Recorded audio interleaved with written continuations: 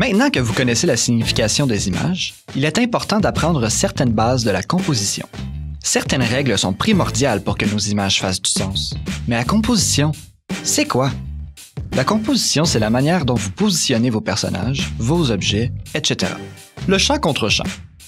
Le champ contre champ consiste à filmer un dialogue entre deux personnages, mais un personnage à la fois.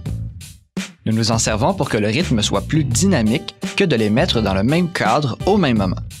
Pour que ça soit bien fait, il est très important de respecter la règle des 180 degrés. C'est-à-dire qu'il se trace une ligne imaginaire entre les regards des deux personnages que votre caméra ne peut franchir. Si cette règle n'est pas respectée, cela donnera un effet bizarre comme ceci.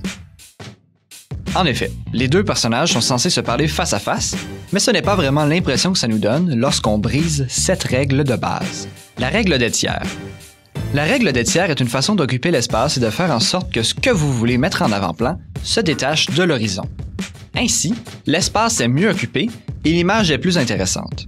Ce qu'il faut faire, c'est placer les éléments clés de l'image, tels que les personnages ou les objets, sur les lignes imaginaires qui séparent l'image en trois, verticalement et horizontalement. Cela peut faire la différence entre une image banale et une image beaucoup plus intéressante. L'éclairage peut être artificiel ou naturel. Tout dépend du besoin. On peut également ajouter des filtres à notre lumière pour créer des ambiances différentes. Par exemple, dans le film La Matrice, lorsque l'image est teintée verte, nous sommes dans la matrice.